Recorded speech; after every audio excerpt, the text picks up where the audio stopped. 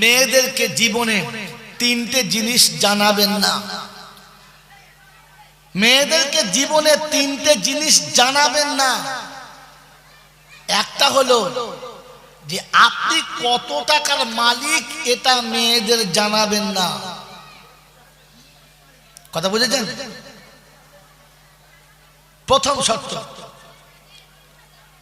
আর দ্বিতীয় কাজ হলো মেয়েদের সামনে আরেকটা মেয়ের জীবনে প্রশংসা করবেন না, তাহলে কিন্তু ঘরে ভাত পাবেন না।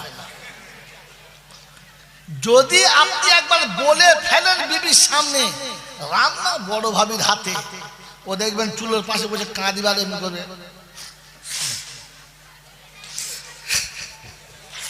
কি হয়েছে আমি জানি, ও তার মানে বড় ভাবির সাথে গোলমাল। ও মার কাছে ফোন করে বললো বলে, মা আমি তখন থেকে বলি তুই বিশ্বাস করি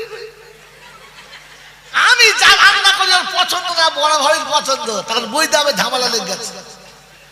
মেয়েদের সামনে জীবনে কোনোদিন কারো প্রশংসা করবেন না।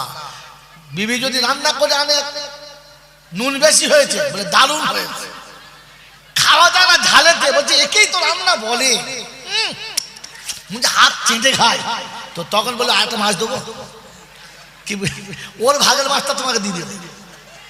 ওদের বদনাম করা। আমি চিন্তা করি এ রোগ ঢুকলো কোথা থেকে, সত্য বলা যাবে না। তো দেখলাম গাছের গোড়ায় গোলমাল। কোথায় গোলমাল?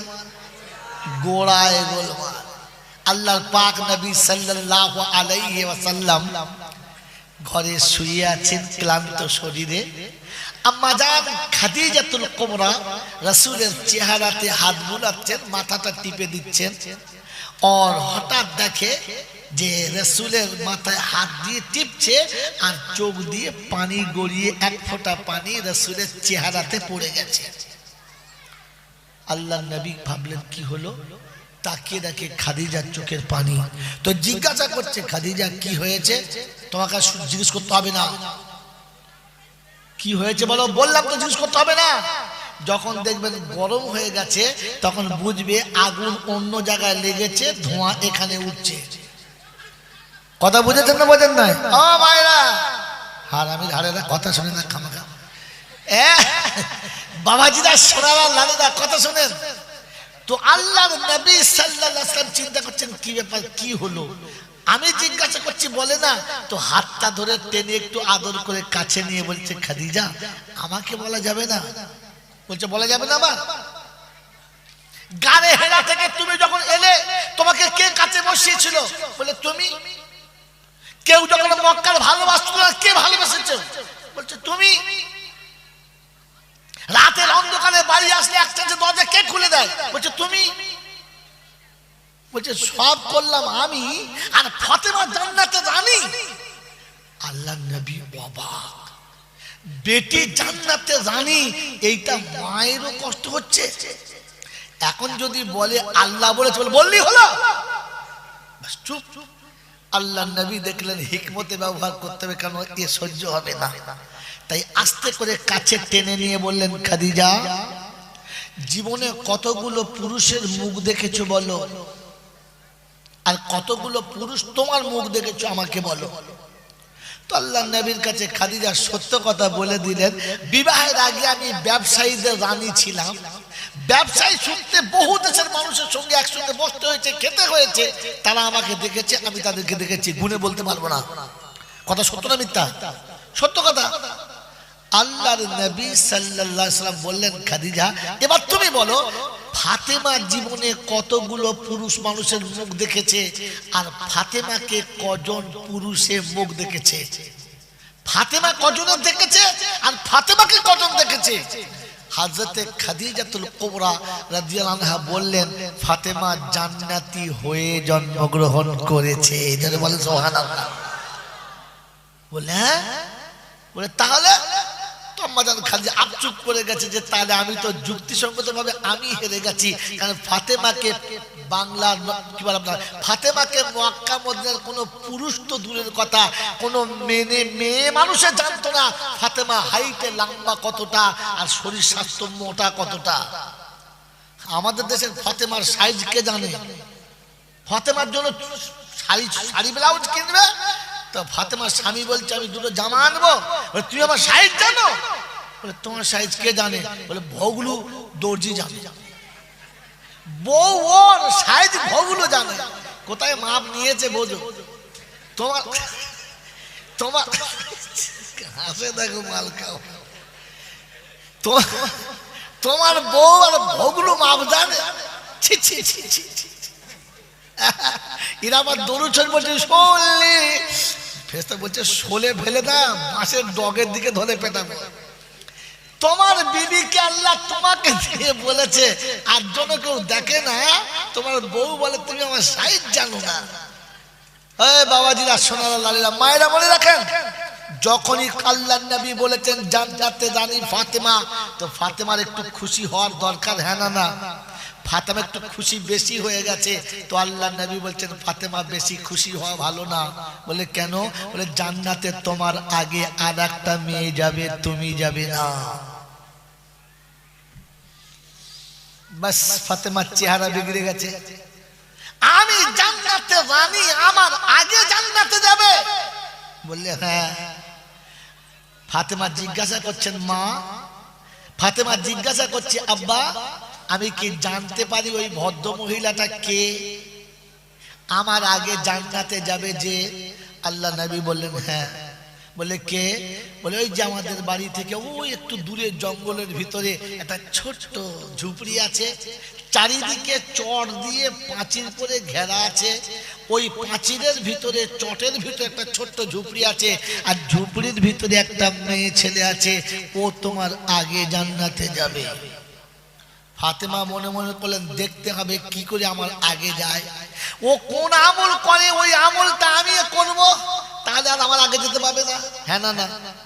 ভাবলেন এ হলো ঈর্ষা। গো মা, তুমি যদি মা হও তো এখান থেকে শিক্ষা নাও, আর যদি মা না হও তো তাহলে যা খুশি করো, তোমার কিছু বলার নেই। হযরতে ফাতেমা জোহরা পরের দিনে, এটা রাতের ঘটনা, পরের দিনে আসরের নামাজ পড়ে ফাঁকা টাইম তাসবিহ করতে করতে চলতে শুরু করেছেন। ওই জঙ্গলের কাছে চলে গেলেন, আর গিয়ে দেখলেন সত্যি চারিদিকে চড় দিয়ে বাড়িটা ঘেরা, ভেতরে যাওয়ার কোনো রাস্তা নেই, একটা ছোট্ট দরজা আছে কাঠের তালা মারা। তো বাইরে থেকে আওয়াজ দিচ্ছে আসসালামু আলাইকুম ওয়া রাহমাতুল্লাহ। ভিতর থেকে ভদ্র মহিলা ছুটে এসে আওয়াজ দিচ্ছে ওয়া আলাইকুমুস সালাম ওয়া রাহমাতুল্লাহি ওয়া বারাকাতু। কে তুমি বুবু? তোমাকে তো চিনতে পারলাম না। বলে আমি হলাম ফাতেমা, দোজাহানের বাদশার বেটি ফাতেমা, একটু দেখা করতে এসেছি, দরজাটা খোলো না। তো বলছে বুবু, আজ আমার নারী জীবন ধন্য হলো, নবীর বেটি হেঁটে আমার বাড়ির সামনে এলো, আজ তোমার নারী জীবন ধন্য হলো, একটু বাড়ি তোমার সঙ্গে দেখা হবে। দরজা খুলতে গিয়ে খুললেন না, বললেন কই বুবু দরজা খোলো, একটু দেখা করি। বলছে বুবু দরজা খুলে তোমার সঙ্গে দেখা করার পারমিশন আমি আমার স্বামীর কাছ থেকে নিই নাই যে, তাই স্বামীর পারমিশন ছাড়া আমি দরজা খুলতে পারবো? আমাদের বাড়ির বউরা যদি শুনতো এমএলএ এর বউ এসেছে, বলবো ও মা বাইরে দাঁড়িয়ে আর টিভের চলে খাইবু। ছি ছি ছি ছি ছি ছি, কোথাকার পুরুষ মানুষ চলে এলো, তুমি ঢুকে ফেললে? ও নবীর বেটি গেছে তো শোনাচ্ছে না বোন, আমি আপনার সঙ্গে দেখা করতে পারি যদি আমার স্বামী পারমিশন দেয়। আগামীকাল যদি আপনি আসেন আমার স্বামীর কাছে পারমিশন নিয়ে আসবো। নবীর বেটিকে ফিরিয়ে দিয়েছে, কিন্তু স্বামীর কথার অবাধ্য হয়। এ মায়েরা, আমরা তো স্বামীকে আমার ইচ্ছায় চালাই, স্বামী আমার ইচ্ছায় চলে না, স্বামীর ইচ্ছায় আমি চলি। এই স্বামী আমার ইচ্ছায় চলে না, আমি স্বামীর ইচ্ছায় চলি। মায়েদের জিজ্ঞাসা করা, আজকে তো পুরুষ কোনো কথা বললে মেয়েরা ধমক মালে মাল চুপ আর ও তো স্বামীর ইচ্ছায় চলে না, স্বামী ওর ইচ্ছায় চলে। বাবাজিরা সোনারা, ফাতেমা তো জোহরা বাড়ি ফিরে এলেন। ফাতেমা মশলা শোনাচ্ছে কত সুন্দর, বুবু আমি নারী তুমি নারী, পর্দার তো দরকার নেই। বলে না, স্বামীর পারমিশন নাই, চলে এলেন। পরের দিনে আসরের নামাজ পড়ে টুক টুক টুক টুক টুক টুক করে চলেছে। হযরতে হুসাইন বাচ্চা ছেলে পাশে ছিল, পাশে ছিল, দেখেছে মা যাচ্ছে, ছুটে গিয়ে বলছে মা কোথায় যাচ্ছ? বলছে বাবু তুমি খেলা করে, আমি আসছি। বলছে না, কাল আসরের পর তোমাকে দেখতে পাই না, আজও পালাচ্ছ, তোমার সাথে যাবো। দুধের বাচ্চা, 3.5 বছর 4 বছরের বাচ্চা, তো চল বাবা। ছেলে শোনে না, কি করবে, ছেলের হাত ধরে পা পা করে যাচ্ছে। হোসাইন জিজ্ঞাসা করছে মা কাদের বাড়ি যাচ্ছ? তোর খালার বাড়ি। কোন খালার বাড়ি? বলছে পরে বলবো, চুপ কর, চ। মা বেটা চলে গেছে। দরজার কাছে গিয়ে হোসাইন বলছে আমি আগে বলছি তুই পিছনে দাঁড়া। হোসাইনকে পিছনে রেখে দরজায় আওয়াজ দিয়েছে, এমনি করে আওয়াজ দিয়েছে আসসালামু আলাইকুম ওয়া রাহমাতুল্লাহ। তো বেচারি ভদ্র মহিলা আবেগ ভরা হৃদয় নিয়ে আসছে, স্বামীর কাছে পারমিশন নিয়েছে যে আজকের নবীর বেটি এসেছিল। বলে হতভাগী করেছিস কি? আল্লাহর নবীর বেটি ফাতেমা এসেছে, দরজা খুলিস নাই? বলছে আপনার পারমিশন নেই নাই? আমার পারমিশন নেওয়ার দরকার ছিল না। বলছে না, আল্লাহর হুকুম, স্বামীর পারমিশনের বাইরে স্ত্রীকে চলা যায় না, তাই আমি দরজা খুলি নাই। বলে আজকে আসলে খুলে দিবি? আসবো বলেছে? বলে হ্যাঁ। বলে খুলে দিবি, অন্যায় স্বীকার করবি? ঠিক আছে, ঠিক আছে। যেমনি ফাতেমা আওয়াজ দিয়েছে, ও তো আবেগ ভরা বুক নিয়ে ছুটে আসছে দরজা খুলতে। আর ওই সময় হোসাইন বলে ফেলছে মা আমি আগে ঢুকবো।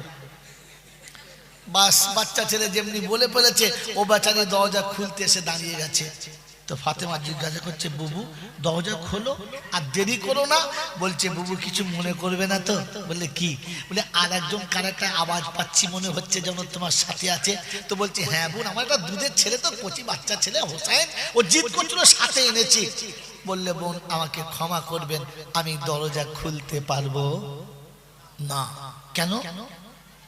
বলছে তোমার সঙ্গে সাক্ষাৎ করার পারমিশন ছিল, কিন্তু তোমার বাচ্চার সঙ্গে সাক্ষাৎ করার পারমিশন ছিল। আমাদের তো বউ এলে বউয়ের দেওয়ার ভাষা সব পারমিশন পেয়ে যায়। হ্যাঁ না, আরে হ্যাঁ না বলেন না? হ্যাঁ, এই জিনিস তুমি কি বুঝে লাও এবারে? বাবাজিরা শোনা, ফাতেমা শোনাচ্ছে বোন দুধের কচি বাচ্চা। বলছে না, কচি বাচ্চা হোক, আর তুমি বাচ্চাদেরকে ভিতরে আসতে পারবে না, আর বাচ্চাদেরকে আমি তোমাকে আসতে বলতেও পারবো না, অতএব আমি দরজা খুলতে পারলাম না। হোসেন তেজি মানুষ, মায়ের হাত ধরে বলছে চলো চলো। ও তোমাকে চেনে না, তুমি কে ও জানে?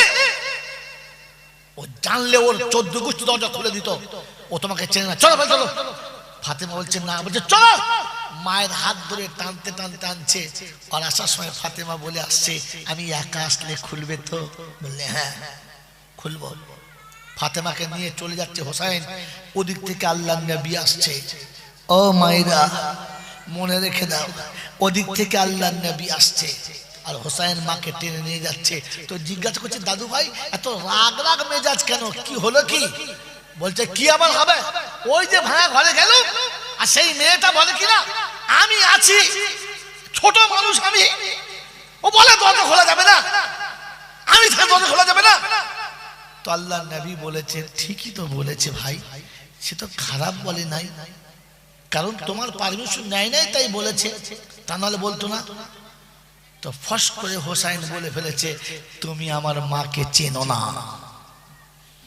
কে বলে ফেলেছে? ফস করে বলে ফেলেছে তুমি আমার মাকে চেনো, আমার মাকে তুমি চেনো না। এই কথা যেমনি বলেছে রাসূলের চোখ দিয়ে পানি ঝরে গেছে টপ টপ টপ টপ করে, আর চুপচাপ দাঁড়িয়ে গেছে। হযরত ফাতেমা জোহরা এসে আল্লাহ রাসূলের হাত দুটো ধরে বলছে আব্বা আমার ছোট বাচ্চা ছেলে কথাটা বলেছে, তাতেই আপনি এমন করে কেঁদে ফেললেন, এমনি করে আপনি মন ভেঙে ফেললেন, আপনার চোখে পানি এসে গেল। আল্লাহ নবী বলেন ফাতেমা রে, হোসাইনের কথা শুনে আমি কোনোদিন কাঁদি নাই রে, আমার একটা কথা মনে পড়ে গেল। আমার দাদু ভাই আমাকে একটা কথা মনে করিয়ে দিলে। কি কথা আব্বা? বললে শোন ফাতেমা, যেদিন আমি তায়েফের জমিন থেকে রক্তাক্ত হয়ে বেহুশ হয়ে পড়ে গিয়েছিলাম, ওখান থেকে জ্ঞান ফিরে বাড়ি ফিরেছিলাম, প্রত্যেকটি মেয়ে এসে বলেছিল আব্বা অত্যাচার তুমি সহ্য করলে কি করে, অত্যাচার তুমি সইলে কি করে।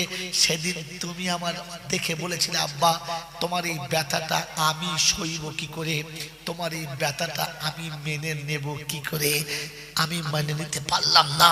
সেদিন তুমি বলেছিলে আল্লাহ কি পারত না রুখে দিতে, আমি বলেছিলাম যে না আল্লাহকে কথা বলতে নেই, তো সেদিন ফাতেমা বলেছিল তোমার আল্লাহ তো আব্বা মা নেই, তোমার আল্লাহ তো আব্বা মা নেই, ও আব্বা মা থাকলে বুঝতো কি যন্ত্রণা। আল্লাহ নবী বললেন এ কথা বলতে নেই বেটি রে, এ কথা বলতে নেই, এ কথা বলা পাপ। বলছে হ্যাঁ বলবে তো বাপ, কারণ তোমার তো বাপ নেই, তুমি বাপের জ্বালা বোঝো না। বাপের দেহ ফেটে গেলে বাচ্চার কতটা লাগে ওটা আমি ফাতেমা জানি, তুমি জানো না। কারণ জন্মের পরে তুমিও তো বাপ দেখো না, বাপ দেখেছ, বাপ চেনো, বাপের মায়া বুঝতে পারো। তুমি কি করে বুঝবে যে বাপের দেহ ফেটে গেলে বাচ্চার কলিজা কতটা ফাটে? আল্লাহ নবী সেদিন ফাতেমাকে বুকে জড়িয়ে ধরে বলেছিল কাঁদিস না মা, কাঁদিস না, চ ভিতরে চ। ফাতেমা তু জোহরাকে বলছে সেদিন তুমি আমাকে হাত ধরে ঘরের ভিতরে এনেছিলে, আমি বললাম বাইরে রক্তটা ধুয়ে দিলে হতো, তুমি বললে না, বাচ্চা যখন ছোট থাকে বাইরে গোসল দিতে হয়, বাচ্চা যখন বড় হয় তখন গোসল বাড়ির ভিতরে দিতে হয়। খ্রিস্টানের বন্ধুরা, সুভাষ গ্রামের যুবকেরা, বাচ্চা যখন ছোট থাকে বাইরে গোসল দেয়, আর বড় হলে গোসল ভিতরে দিতে হয়। আমরা তো ইসলামের একেবারে উল্টো, বাচ্চা ছোট থাকলে ঘরে গোসল দেয়, আর বুড়ো হলে ঘাটে গিয়ে পরের আধ বুড়ো মেয়ের সঙ্গে জাম মেরে গা ধোয়। হ্যাঁ না বলেন না? লজ্জা করে না তোমার? তুমি তোমাদের মরণ হয় নাই, কার ঘাড়ে কি চাপিয়ে দিয়ে বসে আছো? হয়ে গেছে, যা এনে নিয়েছিল, আর ঘরের ভিতরে গিয়ে গোসল দিয়ে শুইয়ে দিয়ে হাতে একটু জাইতুনের তেল নিয়ে এমনি করে ঘষে ফেটে যাওয়া শরীরটা এমনি করে প্রলেপ দিচ্ছে, আর গরম শ্যাক লেগে আল্লাহ নবীর একটু তন্দা এসেছে, চোখটা লেগে গেছে। যখন ঘুমিয়ে গেছে আর ফাতেমা হাতে জাইতুনের তেল ঘষে গরম করে ফেটে যাওয়া শরীরটা মালিশ করছে, আল্লাহ নবীর চোখটা লেগে গেছে, আর ফাতেমার কোলের উপরে মাথা রেখে ঘুমিয়ে গেছে। ঘুমিয়ে স্বপ্ন দেখছে যে ফাতেমা তু জোহরার কোলে শুয়ে স্বপ্ন দেখছে আম্মা জান আমিনা এসেছে, আর এসে কপালে হাতটা রেখে বলেছে তোমার খুব লেগেছে আব্বা, তোমাকে খুব লেগেছে, তোমার খুব ব্যথা হয়েছে, তোমার খুব কষ্ট হয়েছে, শোনো উম্মতের আঘাতে তুমি খুব কষ্ট পাচ্ছ, আমি কপালে হাত বুলিয়ে দিচ্ছি। ও ফাতেমা, সেদিন আমার মা আমার কপালে হাতটা বুলাচ্ছিল, আমি স্বপ্নের অন্ধকারে মা বলে হাতটা ধরে ফেলেছি, আর তাকে দেখি তোমার হাতটা ধরে আছি। তুমি জিজ্ঞাসা করেছিলে সেদিন না তোমার মা তো কবে মরে গেছে, তোমার মা কোথায় পেলে? ও ফাতেমা, সেদিন হাতটা তোর ছিল আর স্বপ্নের হাতটা আমার মায়ের ছিল। আমি তোকে চিনি, আমি তোকে চিনি রে। আজ আমার দাদু ভাই বলে কিনা আমি তোকে চিনি না, আমি তোকে চিনি, আমি তোকে চিনি, আমি তোকে চিনি। হাতটা তোর ছিল আর ভালোবাসাটা আমার মায়ের ছিল।